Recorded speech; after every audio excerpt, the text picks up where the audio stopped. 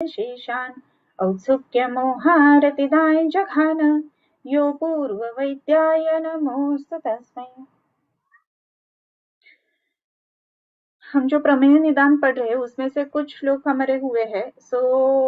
मेरे ख्याल से 5 श्लोक हुए हैं।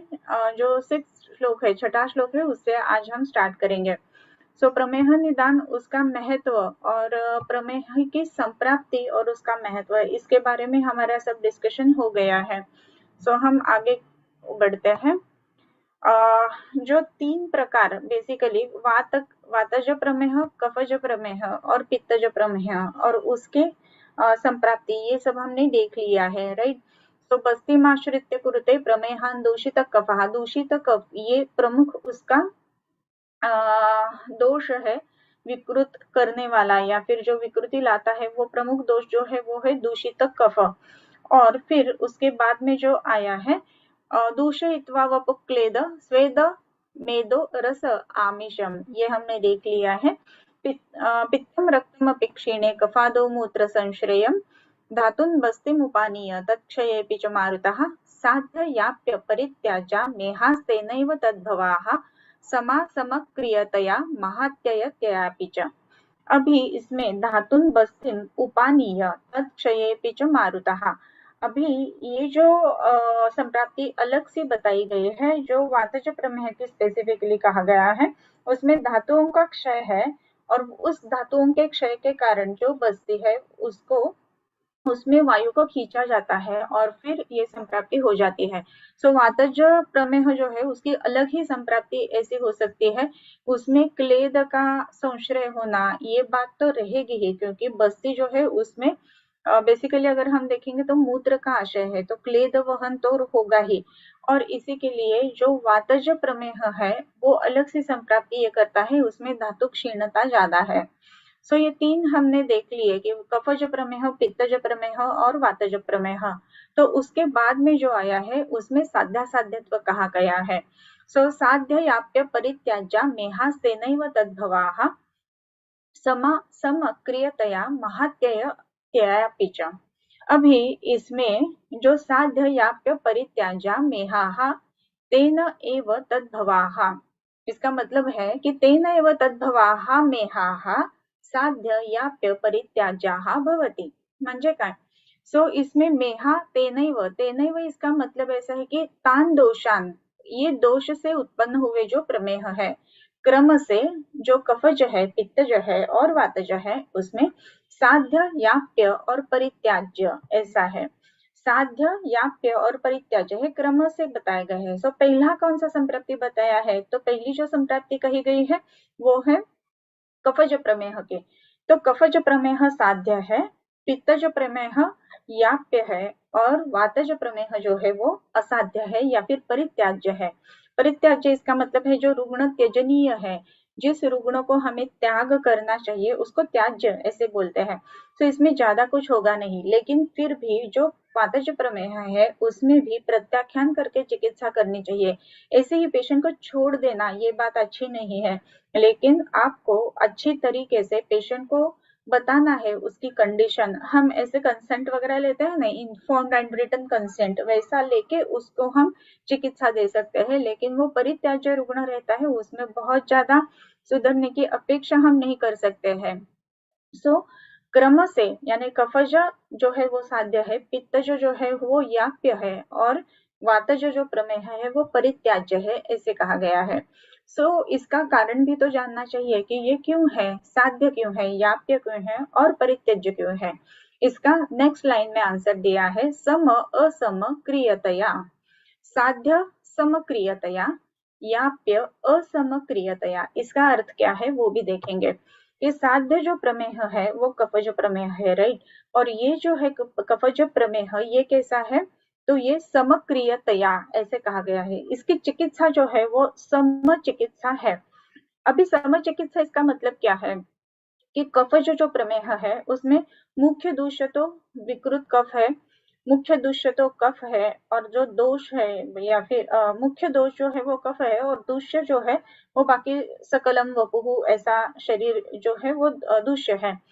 कफ की अगर हमें चिकित्सा करनी है तो उसमें हम कौन से रस यूज करेंगे? तो रसास्वादवम लवण तिक्तोषण कषायकाः तत्राद्या मारुतम घन्ति त्रयस दिक्तादयक कफम।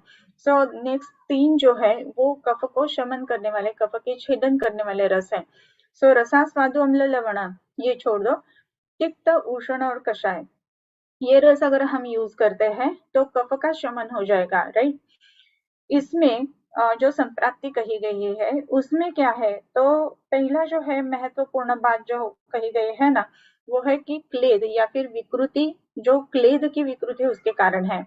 जो मेडिसिन कफ का शमन करेगा वो क्लेद का भी शमन करता है, जो मेडिसिन कफ का विरोध करेगा वो मेडिसिन क्लेद का भी विरोध करता है। यही है समक्रिया, यानी जो चिकित्सा हम कफ के लिए देंगे वही चिकित्सा क्लेद के ऊपर कार्य करेगी, राइट। सो रस के अनुसार भी देखा गया तो तिक्त उष्ण और कषाय ये 3 रस जो है वो कफ का शमन करेंगे, कफ कम करेंगे, और वही रस जो है वो क्लेद भी कम करेंगे। इसी के लिए इसको समक्रिया ऐसे कहा गया है। सो जिससे दोष भी कम होता है और जो प्रमुख उसका कारण है क्लेद वो भी कम होता है एक ही चिकित्सा से। इसी के लिए इस चिकित्सा को सम चिकित्सा ऐसे कहा गया है। दूसरा जो कहा गया है असम चिकित्सा, यानी याप्य जो पित्त जो प्रमेह कहे गए हैं वो है असम चिकित्सा। अभी असम चिकित्सा जो हम कहेंगे तो इसमें क्या देखना चाहिए हमें, तत्राद्या मारुतं घन्ति त्रयस तिक्तादयक कफम, कषाय तिक्त और मधुरम ये जो रस है वो पित्त का शमन करने वाले हैं, जो मुख्य दोष है पित्त है उसका शमन करने वाले हैं। कषाय है, तिक्त है और मधुर है, राइट। लेकिन यही अगर रस क्लेद के ऊपर काम करते हैं या नहीं करते हैं ये हमें देखना चाहिए, क्योंकि बहुत द्रव श्लेष्मा दोष विशेषः ऐसा इसका स्वरूप है, राइट। सो इसमें अगर हम कषाय तिक्त और मधुर यूज करते हैं तो कषाय तो ठीक है कि कषाय रस से क्लेद भी शमन हो जाएगा, कषाय रस से पित्त का शमन भी हो जाएगा। दूसरी बात है कषाय तिक्त, तिक्त रस जो है उससे पित्त का भी शमन हो जाएगा, लेकिन तिक्त रस जो है उससे क्लेद जो है वो इतना उसके ऊपर शमन हो जाएगा, राइट। सो पहले 2 रस जो है वो तो कार्य करेंगे, लेकिन तीसरा रस जो पित्त के शमन के लिए हम यूज करते हैं वो है मधुर रस। अगर इधर हम मधुर रस यूज करते हैं तो क्लेद बढ़ जाएगा, राइट। सो इसी के लिए जो जो औषधि द्रव्य पित्त को शमन करने वाले हैं, जो जो औषधि द्रव्य पित्त का शमन करेंगे वो प्रायः शीतवीर्य के होने चाहिए, राइट। या फिर उसका विपाक जो है वो मधुर होना चाहिए। सो ऐसी अगर बात है तो मधुर विपाक से क्लेद बढ़ेगा या फिर शीतवीर्य से भी क्लेद बढ़ेगा। जो जो द्रव्य पित्त का शमन करेंगे, ऐसे कम द्रव्य हमें मिलेंगे कि जो पित्त का भी शमन करते हैं, जो कि कषाय और कषाय तिक्त रस के रहेंगे वो जो क्लेद को भी शमन करेंगे। तो ऐसे कम है जो मेडिसिन हम उसमें दे सकते हैं। तो कभी कभी इसमें ऐसा भी होने की संभावना है कि हम पित्त शमन करने के लिए जो मेडिसिन जो चिकित्सा देंगे उसमें क्लेद जो है बढ़ जाएगा, मधुर से मधुर विपाक से इससे क्लेद बढ़ जाएगा, और क्लेद बढ़ेगा तो पित्त का शमन भी हुआ है तो भी संप्राप्ति बढ़ जाएगी। और अगर हम क्लेद कम करने के लिए जो मेडिसिन देंगे तो क्लेद कम हो जाएगा, तो उष्ण वीर्य वगैरह अगर हम यूज करते हैं तो उसमें पित्त बढ़ जाएगा। सो पित्त और क्लेद एक ही साथ में एक ही चिकित्सा से हम बहुत अच्छी तरीके से शमन नहीं कर पाते हैं।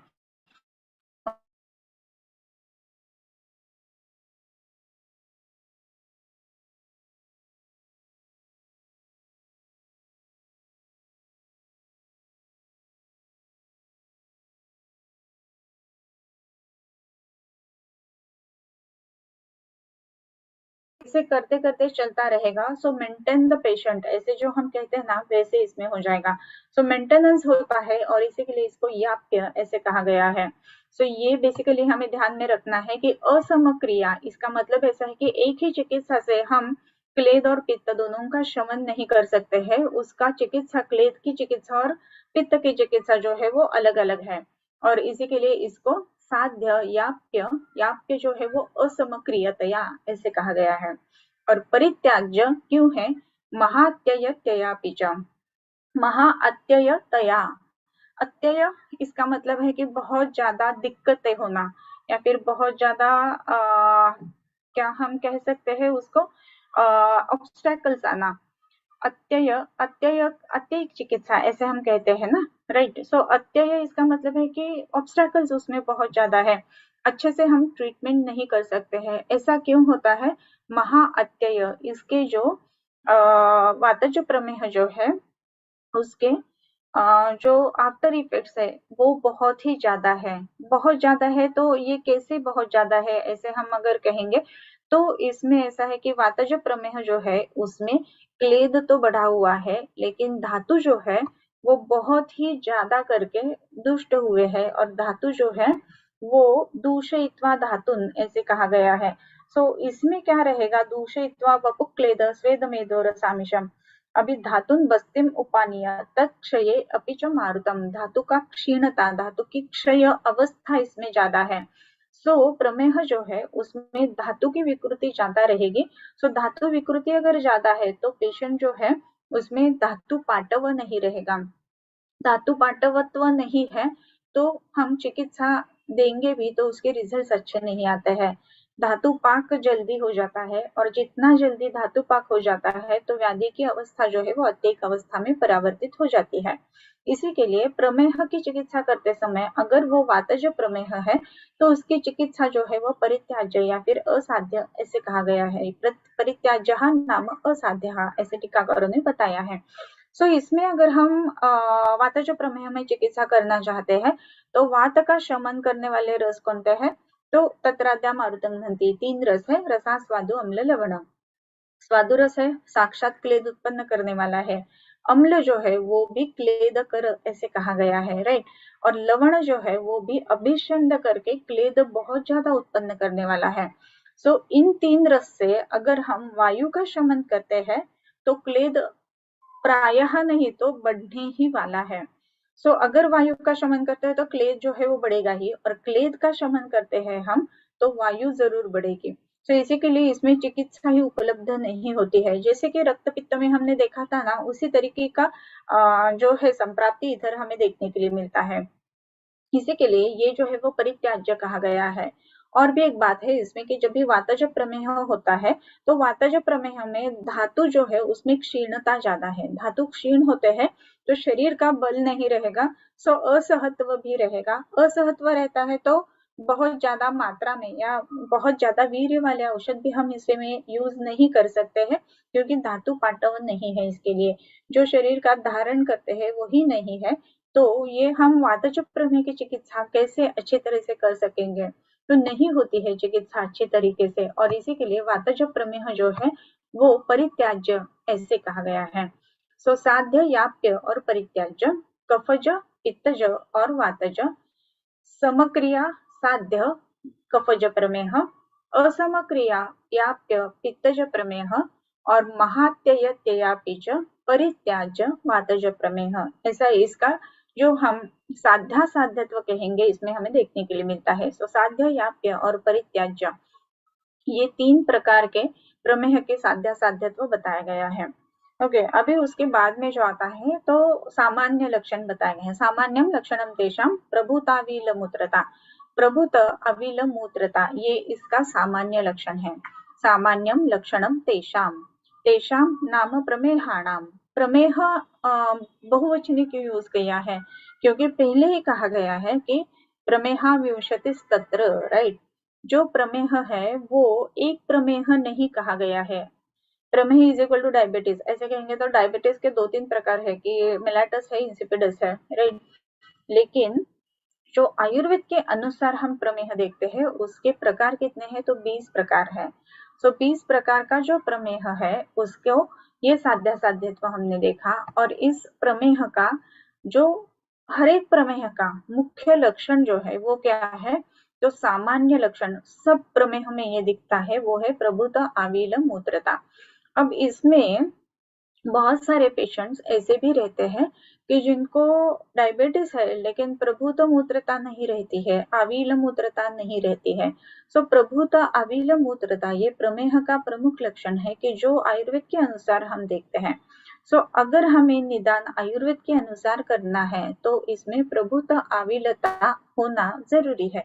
प्रमेह ऐसा निदान जो भी करते हैं सो कोई भी पेशेंट आपके पास जो आता है उसको मूत्र प्रवृत्ति का इतिहास पूछना ये बहुत ज्यादा जरूरी है। बहुत सारे समय ऐसे भी रहता है कि पेशेंट जो है वो कोई भी एंटी डायबिटिक ड्रग के ऊपर रहता है और उसके कारण ये जो यूरिनेशन के जो हैबिट्स है वो भी उसमें चेंजेस देखने के लिए मिलते हैं। सो ऐसे में क्या करना चाहिए कि जब भी पेशेंट का प्रमेह मॉडर्न के अनुसार यानी डायबिटीज डायग्नोस हुआ है उस समय उसके लक्षण कौन कौन से थे ये भी पूछना जरूरी रहता है कि कभी भी कुछ भी व्याधि नहीं था फिर आपने क्यों टेस्ट करवाया, क्यों आप डॉक्टर के पास गए। तभी पेशेंट बताता है कि नहीं मुझे रात को 3-4 बार उठना पड़ता था या फिर बहुत ज्यादा यूरिन आउटपुट था या फिर बहुत बार यूरिन को जाना पड़ता था, ऐसे लक्षण पेशेंट बताता है। शायद आपके पास जब भी पेशेंट आता है if he is on diabetic anti diabetic drugs उसको ये लक्षण नहीं देखने के लिए मिलेगा तो आप कहेंगे कि ये प्रमेह है ही नहीं। आयुर्वेद के अनुसार प्रमेह का निदान जब भी हम करते हैं तो पीछे जाके जब लक्षण का समुच्चय शुरू हुआ तो उसमें कौन से लक्षण से शुरुआत हो गई ये पूछना बहुत ज्यादा जरूरी रहता है। ये सामान्य लक्षण इसका है कि प्रभुत्व और आविल मूत्रता। अभी ये प्रभुत्व मूत्रता ये डायग्नोस कैसे करें। नॉर्मली जो साधारण काल रहता है उसमें पूरे दिन में जो पेशेंट यूरिनेशन के लिए जाता है तो जनरली 7 to 8 टाइम्स ऐसा जाता है, राइट। उससे ज्यादा अगर उसको जाना पड़ता है दैट इज प्रभुत। कभी कभी ऐसा है कि यूरिनरी ट्रैक इन्फेक्शन जिसे हम कहते हैं मूत्रकृच्र या फिर मूत्राघात, तो उसमें पेशेंट को नंबर ऑफ टाइम्स जाना पड़ता है लेकिन आउटपुट नहीं रहता है। जिधर आउटपुट बहुत ज्यादा है ऐसे जो डिसीजेस हम कहेंगे, ऐसे कहा गया है रोगाह मूत्र प्रवृत्ति जहाँ अति प्रवृत्ति जहाँ, ऐसा ये है। मूत्र की अति प्रवृत्ति हो रही है, ये पेशेंट को खुद को महसूस होता है कि एक टाइम जाता है तो भी उसमें जो अमाउंट ऑफ यूरिन है वो ज्यादा है, ऐसी अगर बात है तो उसको प्रभुत मूत्रता ऐसे कहेंगे। या फिर हर टाइम जब भी पेशेंट जाता है तो नॉर्मल अमाउंट में यूरिन पास करता है लेकिन नंबर ऑफ टाइम्स जो जाता है उसकी फ्रीक्वेंसी जो है वो बहुत ज्यादा है, ऐसी अगर बात है तो उसको भी हम प्रभुत मूत्रता ऐसे ही कहेंगे। दूसरा जो शब्द उसमें आया है वो है आविल मूत्रता।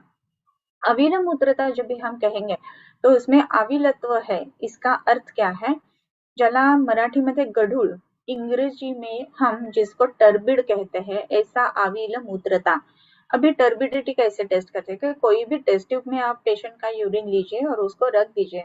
उसको कोई भी अगेंस्ट लाइट जब भी हम देखते हैं तो उसमें क्लियर अपीयरेंस है या टर्बिड अपीयरेंस है देखने के लिए मिलता है। टर्बिडिटी अगर है तो हम कहेंगे कि ये आविल मूत्रता है। और अविल मूत्रता ये प्रमेह का दूसरा अविच्छिन्न लक्षण कहा गया है। प्रभुत मूत्रता और अविल मूत्रता ये दोनों इसके प्रमुख लक्षण है, ये हमें जान लेना चाहिए। सामान्यम लक्षणम तेषाम प्रभुताविल मूत्रता। हाँ, उसके बाद में जो आया है वो है दुष्ट दुष्टादि विशेषेण तत्संयोग विशेषतः मूत्र वर्णादि भेदेन भेदो मेहेषु कल्पते। दोष दूष विशेषे अपि तत्संयोग विशेषतः। इसके दोष दूष समान बताए गए हैं ऊपर जो कहा गया है उसमें भी दोष दूष अविशेष, दोष दूष अविशेष। अविशेष इसका मतलब कि दोष जो है वो अविशेष यानी वात जो है, पित्त जो है या फिर कफ जो है उसके अनुसार, और उसका जो दूष कहा गया है वो है उसके अनुसार। ये जो मूत्र यति यानी जो मूत्र प्रवृत्ति है उसमें अनेक प्रकार के भेद देखने के लिए मिलते हैं। ये भेद जो है उसके कारण मूत्र वर्णादि भेदेन भेदो मेहेषु कल्प्यते। ये मूत्र का जो वर्ण है उसमें चेंजेस आ जाते हैं और उस कारण इस प्रमेह के जो भेद है वो बताए गए हैं। मूत्र का वर्ण कैसा है इसके ऊपर ये सब भेद कहे गए हैं। अभी कफज प्रमेह कितने हैं तो इतने हैं, पित्तज प्रमेह कितने हैं तो 6 है, वातज प्रमेह कितने हैं तो 4 है। लेकिन वो जो 4 कहे गए हैं उसमें भी मूत्र के वर्ण में भेद है, इसी के लिए ये कहा गया है।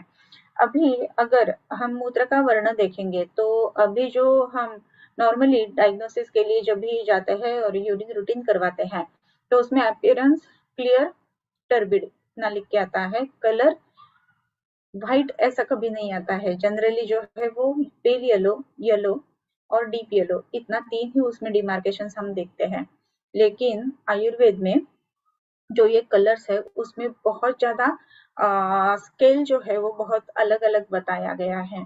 सो अगर हमें कुछ क्या कह सकते हैं कि थीसिस करना है, रिसर्च करना है, उसके लिए भी ये टॉपिक महत्वपूर्ण है कि उसका जो कलर स्केल है ना वो डिटरमाइन करना बहुत ज्यादा। अगर थाउजेंड्स ऑफ सैंपल अगर यूरिन के हम डायबिटिक पेशेंट्स के लेते हैं और उसके परीक्षण हम अगर नोट डाउन करके रखते हैं तो उसमें हमें वो अलग अलग शेड्स देखने के लिए मिलेंगे। उस शेड्स के अनुसार हमें आयुर्वेद पद्धति से हमें ज्ञान करना है कि ये कौन सी पद्धति का प्रमेह है, क्योंकि इस प्रमेह में सब जो डायग्नोसिस यानी सब जो निदान है वो यूरिन के कलर के ऊपर ही कहा गया है। सो मूत्र वर्णादि भेदेन भेदो मेहेशु कल्प्यते। अभी इसमें मूत्र वर्ण आदि भेदेन ऐसा शब्द यूज किया है। मूत्र वर्ण के अनुसार तो ये किया ही है जैसे कि मैंने अभी आपको बताया, लेकिन आदि भेदेन ये भी कहा गया है। आदि में क्या क्या समावेश आ गया है, तो इसमें टीकाकार जरूर टीका लिखते हैं कि ये जो आदि शब्द है उससे क्या क्या हम देखेंगे। सो इसके अपीयरेंस जो कहा गया है उसमें टर्बिडिटी कितनी है नहीं है, आविलता कितनी है नहीं है, उसमें कुछ स्पेसिफिकेशंस कहे गए हैं नहीं है, उसके अनुसार आदि यानी उसमें प्रवृत्ति होते समय अलग कुछ सिम्टम्स आते हैं क्या, उसके अनुसार ये भेद कहे गए हैं। सो मूत्र वर्णादि भेदेना केवल मूत्र वर्ण के अनुसार ऐसा नहीं है, वो एक प्रमुख साहित्य तो है ही, टूल है ही निदान का, लेकिन उसके साथ ही आदि भेदेना ये भी कहा गया है, ये भी याद रखना बहुत ज्यादा जरूरी है। सो मूत्र वर्णादि भेदेन भेदो मेहेषु कल्प्यते। अच्छम बहु सितम शुद्धम, अच्छम बहु सितम शीतम निर्गंधम उदकोपमम। मेहति उदक मेहेन किंचित चाविलपिच्छिलम। अभी ये जो हम कहते हैं कि इसमें उदक मेह यानी अभी स्टार्ट जो किया है वो कफज प्रमेह के जो अलग अलग टाइप्स है वो कहने के लिए इधर स्टार्ट हुए हैं। तो कफज प्रमेह के जो 10 प्रकार कहे गए हैं उस 10 प्रकार में पहला जो प्रकार है वो है उदक मेह।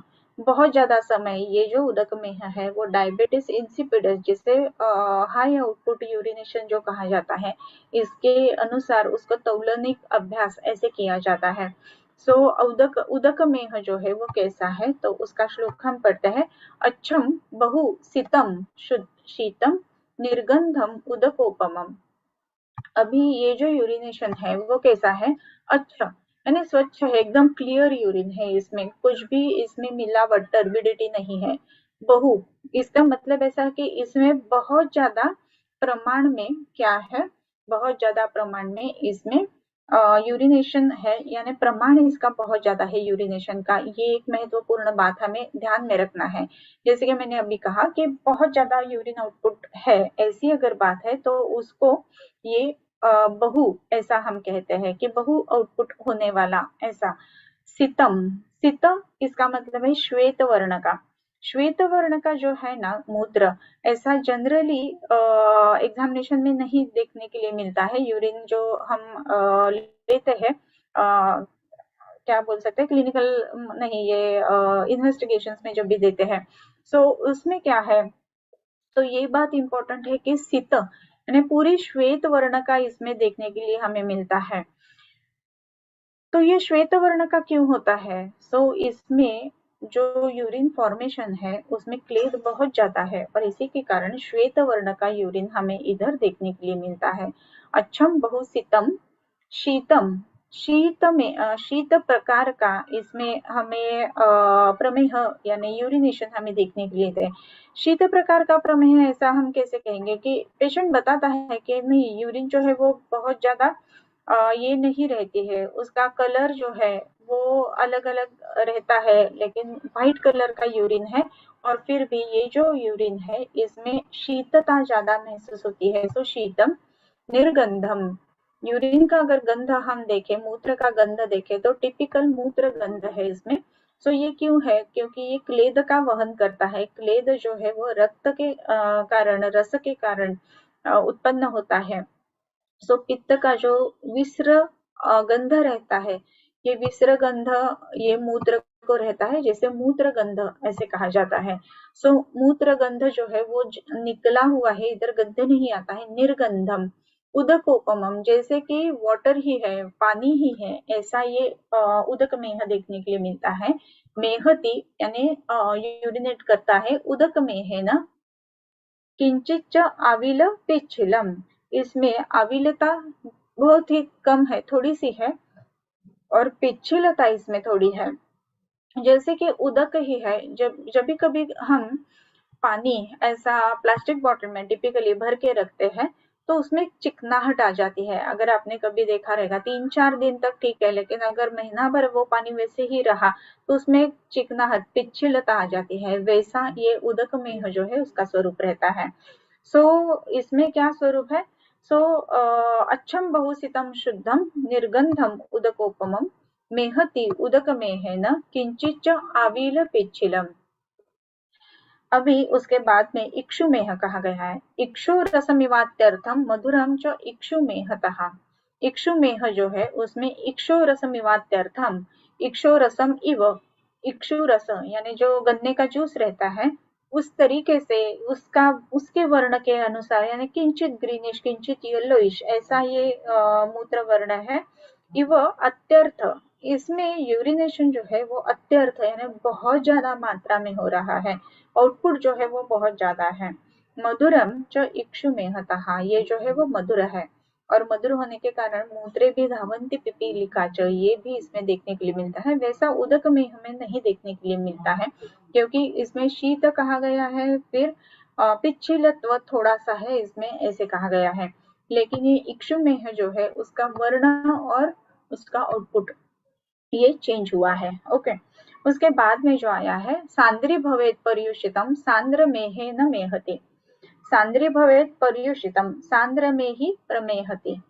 सांद्री भवेत पर्युषितम, पर्युषितम मूत्रम सांद्री भवेत, इसका मतलब क्या है? पर्युषित, उषित रख दिया हुआ, परिउषित ज्यादा समय रखा हुआ, यानी कोई भी टेस्ट ट्यूब में यूरिन लेना है पेशेंट को 12 आवर्स के लिए उधर ही रख देना है।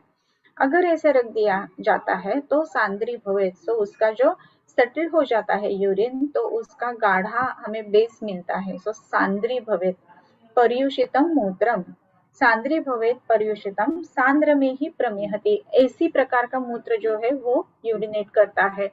इसको सांद्र में ऐसे कहा गया है।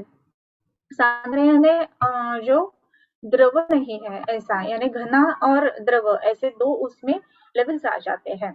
जैसे हम कहते हैं ना साका मराठीमध्ये खाली बसला है, दैट इज सांद्री भवेत। ओके, उसके बाद में जो है वो सुरामेह, सुरा में ही सुरातुल्यम उपरियच्छम अधोघनम, ऊपरी अच्छम अधोघनम। सुरामेह, सुरा कैसी रहती है? तो सुरा जैसी ये मूत्र की प्रवृत्ति रहती है, सुरा जैसे उसका रंग है, वर्ण है, वो सुरा के अनुसार रहता है। और उसमें जो यूरिन है ऊपरी अच्छम अधोघनम, ऊपर जो है वो अच्छा रहेगा और नीचे जो है वो घन रहेगा। और अभी इसमें सांद्र मेह और सुरा मेह, इसमें डिफ्रेंसिएशन कैसे करेंगे, ये एक बात है, राइट। इसमें भी साका है, इसमें भी साका है, लेकिन जो सांद्र मेह है उसमें पूरे के पूरे यूरिन जो है उसका पूरा जो कॉलम है वो पूरा का पूरा जो है वो सांद्र हो जाता है। और सुरा मेह जो है उसमें सेडिमेंट्स ज्यादा है, सुरा मेह में नीचे बैठता है यूरिन, यूरिन का जो सेडिमेंट्स है वो नीचे बैठता है, इसके लिए उसमें दो भाग में वो बढ़ जाता है। ऊपरी अच्छम अधोघनम, ऊपर यानी ऊपर की तरफ वो अच्छा क्लियर फ्लूइड दिखेगा, और नीचे जो है वो डिपॉजिट्स इसमें ज्यादा देखने के लिए मिलेंगे। ये जो है ये है सुरामेह। ओके, और सांद्र मेह में पूरे के पूरा जो है वो हमें सांद्रत्व देखने के लिए मिलेगा। संरुष्ट रोमा पिष्टेन पिष्टवत बहलम सितम, अभी पिष्ट मेह कहा गया है। ये पिष्ट मेह कैसा है? संरुष्ट रोमा, इसका मतलब ऐसा है कि रुष्ट रोमा जब भी यूरिनेशन करते हैं पेशेंट, तो उस समय उसके शरीर के ऊपर रुष्यता आ जाती है, रोम जो है वो उत्थित होते हैं, रोम जो है वो रोमांचित हो जाते हैं, हेयर जो है वो सीधे हो जाते हैं। रोमांच आते हैं यूरिनेशन के समय, ये जो है ये है पिष्ट मेह। और पिष्टवत बहुलम सितम, कोई भी आप पानी लीजिए, पानी में पिष्ट यानी जो गेहूं का आटा है वो डालिए और उसको हिलाइए। सो उसका कंसिस्टेंसी कैसे रहेगा, ऐसा पिष्टवत ऐसा ये यूरिनेशन रहता है। बहल, बहल इसका मतलब है आउटपुट बहुत ज्यादा रहना, बहुत ज्यादा आउटपुट है। और ये यूरिन करते समय संरुष्ट रोमा यानी जो रोमांच आते हैं शरीर के ऊपर, ऐसा ये पेशेंट रहता है। सो अभी हमने क्या क्या देखा, तो उदक मेह देखा, इक्षु मेह देखा। इक्षु मेह के बाद में अभी हमने क्या देखा, तो सांद्र मेह, सुरा मेह और पिष्ट मेह, ये सब जो मेह बताए गए हैं ये कैसे है, तो ये कफज प्रमेह के अलग अलग प्रकार बताए गए हैं, राइट। उसके बाद में शुक्राभम शुक्र मिश्रंच शुक्र में ही प्रमेहते। शुक्र मेह जो है उसमें शुक्राभ, शुक्र के जैसा समान ऐसा या फिर शुक्र मिश्रित ऐसा उसमें जो यूरिनेशन होता है उसमें शुक्र में ही ऐसे उसको कहा जाता है। शुक्र में ये निदान कैसे होता है, अगर हम अभी का जो टेक्नोलॉजी है वो यूज करें और यूरिन एग्जामिनेशन करते समय अगर हम उसका स्लाइड बना के माइक्रोस्कोप के नीचे अगर देखें तो उसमें शुक्र प्रचिति होती है, शुक्र दिखता है। तो ऐसा शुक्र मिश्रित ऐसा अगर यूरिनेशन हो रहा है तो उसको शुक्र मेह ऐसे कहा गया है। ओके, सो शुक्र में ही प्रमेहति। हाँ, मूर्ताणुन सिकता में ही सिकता रूपिणो मलान।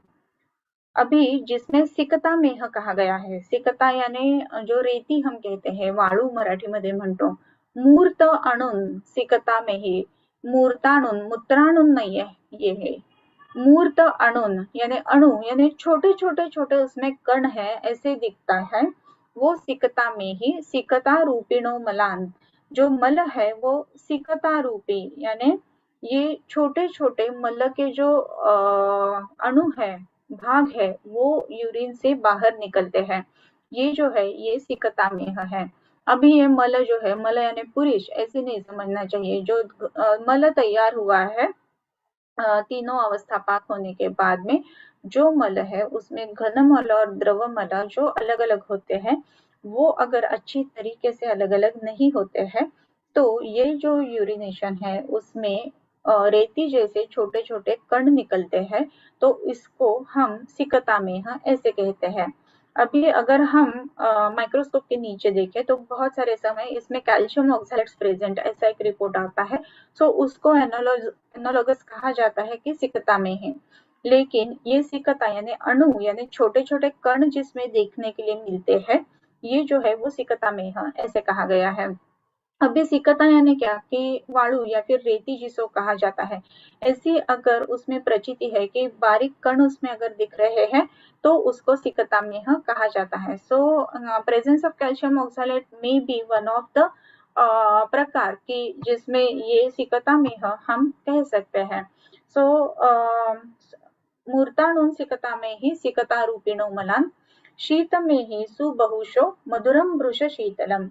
शीत में ही जो है उसमें क्या होता है, शीत में ही सुबहुशः, सु यानी बहुत ज्यादा, मधुरम मधुर स्वाद का रस का, वृष शीतलम बहुत ज्यादा शीतल ऐसा यूरिन जो है वो पास करता है, जो है वो शीत में ही है। इसमें शीत में ही क्या कहा गया है, वृष शीतल यूरिनेशन है इसके लिए। एक अगर हम देखेंगे तो जो यूरिन पास किया जाता है तो उसका जो टेम्परेचर है वो जनरली हमारा जो बॉडी टेम्परेचर रहता है उसके अनुसार उतने टेम्परेचर का रहता है। अगर ये बॉडी टेम्परेचर से बहुत ज्यादा कम बॉडी टेम्परेचर का अगर यूरिन पास किया जाता है तो उसको वृष शीतल ऐसे कहा जाता है। इसका टेम्परेचर कम क्यों होगा, अगर ये हम देखेंगे कि जिसमें क्लेद ज्यादा रहेगा, जिसमें कफ ज्यादा रहेगा, सो बॉडी टेम्परेचर से भी ये यूरिन का टेम्परेचर जो है वो कम आता है, इसी के लिए उसको शीत, वृष शीत। और पेशेंट जो है वो फील कर सकता है कि at the time of urination patient जो है उसको शीतलता महसूस होती है, जैसे औष्ण महसूस होता है वैसे ही शीतलता भी महसूस होती है। वैसे ही पेशेंट कहता है कि हाँ ये शीतल यूरिन यानी बहुत ज्यादा टेम्परेचर जो है वो कम टेम्परेचर का यूरिन वो पास करता है। शीत में ही सुबहुशो मधुरम वृष शीतलम, शनैः शनैः शनैर्मे हि मंदम मंदम प्रमेहते। शनैः मेह ऐसा एक प्रकार है। शनैः मेह में क्या है, शनैः शनैः बार बार पुनः पुनः वो जाता है। शनैः शनैः शनैर्मेः ये 3 बार क्यों आना है, शनैः शनैः पुनः पुनः कहा गया है। सो एक बार यूरिन, 2 बार यूरिन, इसी के लिए बार बार यूरिन को जाता है, दैट इज डबलिंग। एंड शनैर्मेः ये उसका नाम है, शनैर्मेः उसको कहा जाता है। लेकिन ये कैसा करता है, मंदम मंदम प्रमेहते, मंदम मंदम यानी इसका जो फोर्स ऑफ यूरिन है ना वो भी कम है। सो अगर इसमें फोर्स नहीं आता है, तो यूरिनेशन के लिए अगर फोर्स नहीं है, तो उसमें जनरली हम जो प्रोस्टेट से जो पेशेंट्स देखते हैं, मेल पेशेंट्स, सो उसमें भी फोर्स ऑफ यूरिन जो है वो कम रहता है। सो वो पेशेंट्स भी इसमें हम इंक्लूड कर सकते हैं शनेर में हमें। शनि शनि शनेर में ही मंदम मंदम प्रमेहति, प्रमेहति नाम यूरिनेशन करना, इसी के लिए यूरिनेशन के ऊपर ही प्रमेह ये शब्द आया है। ओके, लाला तंतु युतम मूत्रम लाला मेहेन पिच्छिलम, जो लाला तंतु युत ऐसे जो कहा गया है, सो लाला तंतु युत क्या है, सो लाला स्राव जैसे होता है ना वैसा ये मूत्र जो है वो पिच्छिलत्व रहता है उसमें। सो लाला तंतु युतम मूत्रम लाला मेहेन पिच्छिलम, लाला मेह ऐसे उसको कहा गया है। सो लाला मेह जो है उसमें लाला स्राव जैसा मूत्र वो पास करता है, और इसी के लिए उसको लाला मेहेन पिच्छिलम ऐसे कहा गया है। इसमें पिच्छिलत्व रहेगा, और पेशेंट को यूरिन में साधर्म्य किससे रहेगा, तो जो सलाइवेशन रहता है, लाड़ जिसको कहा जाता है, लाला जिसको कहा जाता है, वैसे उसको सिमिलैरिटी रहता है, इसी के लिए उसको लाला मेह ऐसे कहा गया है।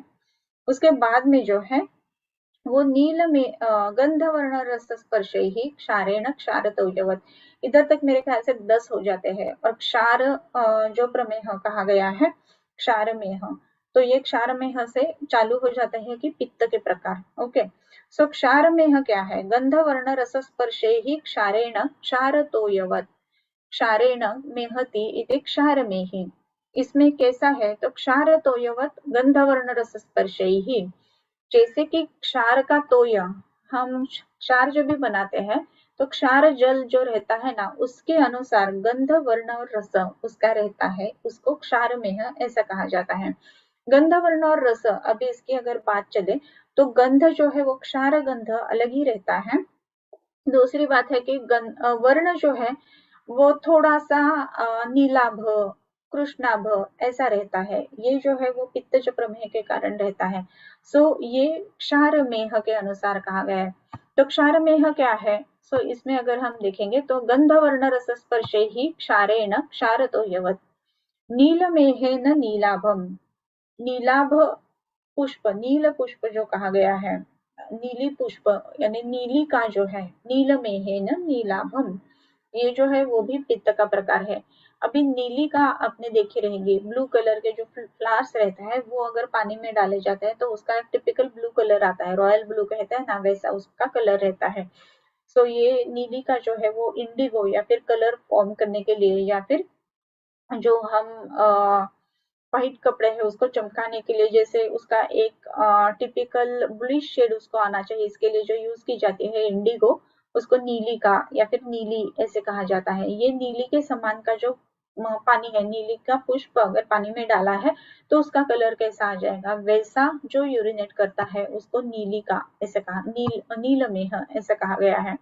ये नील मेह जो है उसको टिपिकल नीलाभ कलर ऐसा कहा गया है। फिर काल में ही मशीनिरहम, काल मेह ये एक प्रकार है। काल मेह किसको कहा गया है कि मशीनिभ मूत्रम अप्रमेहति, अभी मशी जैसा यानी मशी अगर पानी में डाली जाती है तो उसका कलर कैसा आ जाएगा, तो ग्रेइश कलर आ जाएगा, ब्लैकिश कलर आ जाएगा, वैसा उसका यूरिनेशन का कलर रहता है। अभी आपको मैं होमवर्क एक देने वाली हूँ कि हचसन क्लिनिकल मेथड जो है वो आपको ओपन करना है, उसमें यूरिन ये चैप्टर निकालना है, और उसमें कलर ऑफ यूरिन ये जो है अलग अलग वो आपको पढ़ के ग्रुप पर डाल सकते हैं, या फिर आप इसमें भी डाल सकते हैं कमेंट बॉक्स में।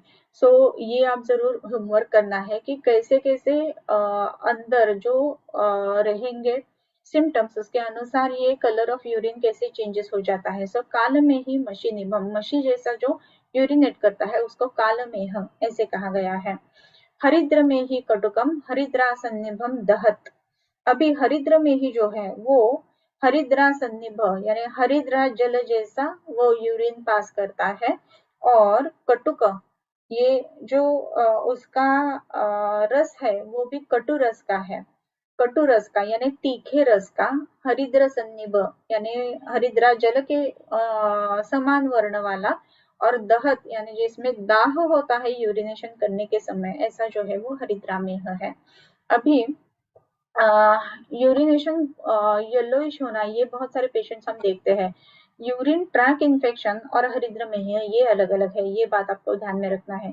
ये हाई आउटपुट वाले हम डिसीजेस देख रहे हैं। जब यूरिन ट्रैक इन्फेक्शन रहते हैं उसमें लो आउटपुट रहता है जनरली, इसी के लिए कॉन्सेंट्रेटेड यूरिन रहती है। So simply concentrated urine is not हरिद्र में। ओके, ये हमें हमेशा ध्यान में रखना है, हरिद्र में। और दूसरा एक है कि जिसमें यूरिनेशन हरिद्र वर्णी रहता है वो है कामला। सो हरिद्र मेह है या कामला है, हरिद्र मेह है या रक्त पित्त है, इसका जो डिफ्रेंसिएशन है वो भी आपको होमवर्क के लिए मैंने दिया है। सो आप होमवर्क जरूर कीजिएगा, आपको उसका फायदा जरूर हो जाएगा। ओके, सो हरिद्र में ही कटुकम हरिद्रा सन्निभम दहत विश्रम मंजिष्ठ में है ना मंजिष्ठा सलिलोपम। अभी मंजिष्ठा में है, ये भी पित्त का ही प्रमेह का प्रकार है। जो ये पित्त का प्रमेह का प्रकार है उसमें मंजिष्ठा सलिलोपम, मंजिष्ठा के जल जैसा ये प्रमेह यानी मेहती यानी यूरिनेशन करता है। लेकिन इसमें विस्रगंध यानी टिपिकल जो ओडर है यूरिन का ये बताया गया है। सो विस्रगंध जो है ये ध्यान में रखना चाहिए इधर, क्योंकि ये पित्त के कारण आ रहा है। सो विस्रगंध इसमें है। विस्रम मंजिष्ठ में है ना मंजिष्ठा सलिलोपमम। विस्रम उष्णम सलवणम रक्ताभम रक्तमेहतः। रक्तमेह यानी रक्त प्रमेह, रक्तमेह ये जो प्रकार है उसमें क्या हो जाता है, तो रक्तमेह जो है उसमें रक्त के अनुसार रक्त के समान वर्ण वाला रक्ताभ ऐसा यूरिनेशन होता है। विस्र ही रहेगा उसमें, जो स्मेल है वो अलग रहेगा, विस्र गंध रहेगा। उष्ण यूरिन पास करेगा और सलवण ऐसा यूरिन पास करेगा। अभी इसका जो रस है उसको कैसे चेक करना है वो एक क्वेश्चन मार्क है। अभी मूत्रे भी धावन्ते पिपीलिका, इसके अनुसार अगर हम देखेंगे तो उसको हम जो मधुर रस है उसका अनुमान करते हैं। लेकिन लवण रस का अनुमान कैसे करें, तो जब भी लवण रस के साथ में यूरिनेशन होता है तो यूरिन करने के बाद अगर वो इवेपोरेट हो जाती है यूरिन, तो उसके अगर लवण है तो उसके दाग धब्बे लवण जैसे पड़ जाते हैं। लवण जल आपको एक एक्सपेरिमेंट घर पर करना है। लवण जल सिंपल आपको बनाना है, लवण जल है वो आपको छिड़क देना है, उसको ड्राई होने देना है, इवेपोरेट होने देना है। तो उसके नीचे जो आपने छिड़के हुए जो छींटे हैं तो उसमें आपको जो सॉल्ट है वो दिखने के लिए मिलेगा। वैसे ही ये सलवण कैसे हम देखेंगे, तो पेशेंट जो है उसका यूरिन अगर हम पेट्री डिश में रखते हैं और इवेपोरेट कर देते हैं तो एक साका यानी उसका जो लवणता है वो उसमें हमें देखने के लिए मिलेगी। सो सलवण ऐसा उसमें यूरिनेशन हो जाता है, ये ध्यान में रखना जरूरी है। सो विश्रम सलवणम विश्रम उष्णम सलवणम रक्ताभम रक्तमेहतः। इधर तक जो है ना वो प्रमेह के जो पित्त जो प्रकार है वो हो जाते हैं। इसके बाद में वसा में ही वसा मिश्रम वसाम व मूत्रयेत मुहुः। वसा में ही जो है वो वातज प्रमेह का अनुसार है, उसमें वसा मिश्रित किंवा वसा ही वो यूरिनेट कर रहा है ऐसे लगता है। वसा इसका मतलब क्या है, शुद्ध मांसस्य यस्नेहा वसा सा परिकीर्तिता। जो मांस है उसका शुद्ध स्नेह जो है उसको वसा कहा जाता है। तो इसके लिए जब भी मांस बॉईल किया जाता है उसके ऊपर जो तवंग आता है उसको वसा कहते हैं। सो उसका स्नेह मांस का स्नेह है, उस तरीके से यूरिनेशन हो जाता है। सो ये पेशेंट जब भी यूरिनेट करता है तो अगर वेस्टर्न स्टाइल का अगर कमोड है तो उसमें उसका तवंग आ जाएगा वसा जैसा, यानी जैसे कि कोई भी मांस बॉईल करते समय जो ऊपर तवंग आ जाता है, वैसे ही यूरिनेशन के बाद जो ये रहेगा उसका डक्ट रहेगा उसके अंदर ये तवंग देखने के लिए मिलता है। सो ये वसा मेह है, ये ध्यान में रखना है हमें। ओके, सो वसा में ही वसा मिश्रम वसा वा मूत्रयेत मुहुः मज्जानम मज्ज मिश्रम वा मज्ज में ही मुहुर्मुः। वैसे ही मज्जा जैसा यानी मज्जा के समान जो मेहन यानी यूरिनेट करता है या फिर मज्जा मिश्रित ऐसा अगर दिखता है तो उसको मुहुर्मुहु पुनः पुनः वो जाता है, ऐसा जो है वो मज्जा में ही है।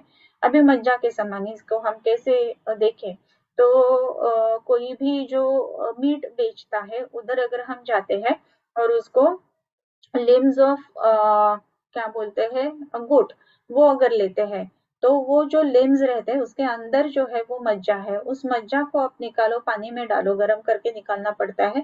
वो पानी में डालने के बाद जैसे दिखता है ना वैसा ये मज्जा में ही जो है वो प्रमेहति ऐसे कहा गया है। मज्जानम मज्ज मिश्रम वा मज्ज में ही मुहुर्मुहु हस्तिमत्त इवाजस्रम मूत्रम वेग विवर्जितम सलसिकम विबद्धंच हस्ति में ही प्रमेहति। अभी इसके बाद में जो है वो हस्तिमेह कहा गया है। इसमें हस्तिमेह क्या है? सो हस्तिमेह जो है उसमें हस्तिमत्त इव अजस्रम मूत्रम वेगम, हस्ती जो है हत्ती जो है वो ही मूत्र त्याग रहा है, ऐसा उसका बहुत बड़ा वेग रहता है। और ये वेग विवर्जितम ऐसे कहा गया है। वेग यानी इसको स्ट्रीम नहीं है। आपने कभी जो एलिफेंट है उसको यूरिनेट करते अगर देखा रहेगा तो यूरिनेशन जो है उसमें एक धारा नहीं रहती है, वो ऐसे ही बाहर निकलता है, उसका वेग नहीं रहता है। ताकि जो मनुष्य है वो अगर यूरिनेट करता है तो उसकी धारा रहती है, कुछ भी धारा नहीं है इसमें, लेकिन एकदम अजस्र पानी जो है, अजस्र मूत्र जो है वो एकदम ही बाहर निकल रहा है। ऐसा हस्ती जो है हत्ती के अनुसार, हत्ती के जैसा ये मूत्र जो है उसका परावर्तन हो रहा है। इसमें सलिसिकम विबद्धंच, सलसिका उसमें लसिका भी आ जाती है और विबद्धंच हस्ति में ही प्रमेहति ऐसे कहा गया है। सो विबद्ध इसका मतलब क्या है कि एकदम पूरा ऐसा फुल यूरिनेशन नहीं होता है उसमें, वो थोड़ा सा वेग विवर्जित ऐसा मूत्र त्याग देगा, फिर रुकेगा, फिर मूत्र त्याग देगा, इस तरीके से विबद्धंच हस्ति में ही प्रमेहति, इसको हस्ति में ऐसे कहा गया है। और उसके बाद में जो है वो मधुमेही मधुसमम जायते स किल द्विधा। इधर तक हम देखते हैं। आज तो सब प्रमेह के प्रकार है वो हमारे हो जाते हैं। मधुमेही मधुसमम, मधुसम इसका मतलब ऐसा है कि मध आपको पानी में डालना है और उसका कलर कैसा आता है वो देखना है, उसके अनुसार जो मधुमेही है वो यूरिनेट करता है। मधुमेही मधुसमम जायते स किल द्विधा, दो प्रकार का वो रहता है। क्रुद्धे धातु क्षयाद वायु दोषावृत पथे अथवा आवृत्त दोष लिंगानी सो निमित्तम प्रदर्शयत। ये हम पढ़ के आज रुकते हैं। सो 18 श्लोक जो है उधर तक हमारा हुआ है। जायते स किल द्विधा इधर से हम नेक्स्ट टाइम लेंगे। सो जायते स किल द्विधा क्रुद्धे धातु क्षयाद वायु दोषावृत पथे अथवा आवृत्त दोष लिंगानी सो निमित्तम प्रदर्शयेत। क्षीण क्षणात् क्षणात् पूर्णो भजते कृच्छ्र साध्यताम कालेनोपेक्षिता सर्वे यद्यान्ति मधुमेहताम। अभी 18 श्लोक से जो है वो हम नेक्स्ट टाइम पढ़ेंगे। ओके, सो आपका अगर पढ़ाई करने का मन है तो ये सब जो है इसको आप एक बहुत अच्छे से जो टेस्ट ट्यूब्स है उसमें मंजिष्ठा डाल के मंजिष्ठा का पानी बनाना है, हरिद्रा डाल के हरिद्रा का पानी बनाना है, सिकता डाल के सिकता का पानी बनाना है। ये आपके लिए खुद के लिए यानी योग्य जिसे हम कहते हैं ना उसके अनुसार ये करने हैं। ये करने के बाद आपको टिपिकल यूरिनेशन कैसा हो सकता है ये आपको जरूर महसूस हो जाएगा।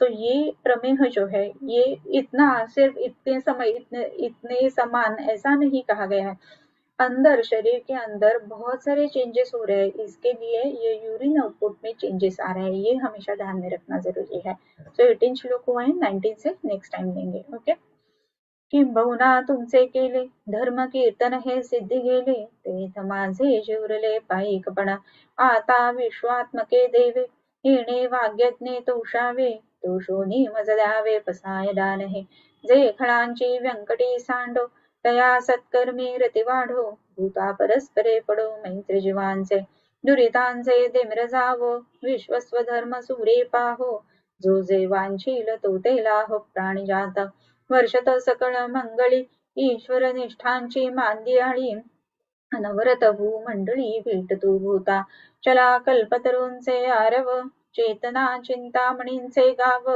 बोलते जे अर्णव पियुषांचे चंद्रमे जे अलांछन मार्तंड जे तापहीना ते सर्वाही सदा सज्जन सोय रे होतो किंबहुना सर्व सुखी पूर्ण होनी तिही लोकी भजिजो आदि पुरुखी अखंडित आणि ग्रंथ उपजविये विशेषी लोकी ये दृष्टा दृष्ट विजय हो आवेजी येथ म्हणे श्री विश्वेश्वरावो हा होईल दान पसावो येणेवरे ज्ञान देवो सुखिया झाला येणेवरे ज्ञान देवो सुखिया झाला येणेवरे ज्ञान देवो सुखिया झाला.